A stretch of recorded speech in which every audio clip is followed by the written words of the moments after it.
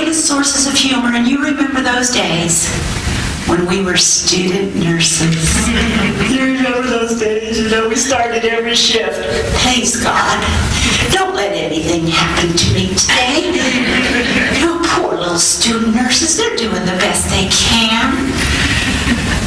I remember when I was about to graduate. I knew I wanted to be an ICU nurse. Oh, yes. And I was at UC San Francisco. Oh, yes. I was so ready to be an ICU nurse. And I was working my last 6 weeks clinical in an ICU. There was a code somewhere in the hospital, and they brought the leftovers to ICU. And they came running in with the gurney, and the doc yells to the charge nurse, "I'm putting in a swan dance line. Send me some help." So the charge nurse turns to me and says, "You, go help him." Well, that's what I thought. Great. And I started with the usual student, but I never did it. She says, "Don't worry.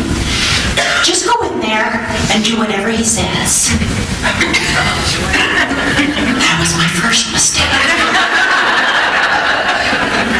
So I'm in there trying to help this guy put in a swan. Now, if you've never put in a swan line, it's a very, very long tube. You insert it anticubitally. You have to thread it out. It has to turn the corner and goes right down into the upper chambers of the heart.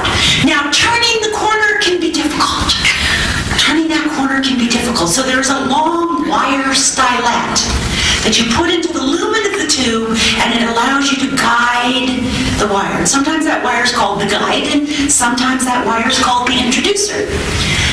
I didn't know that. So this doc was one of those yeller screamer kinds, you know the type, So he's trying to turn the corner, and he can't quite get it around the corner, so he starts yelling at me.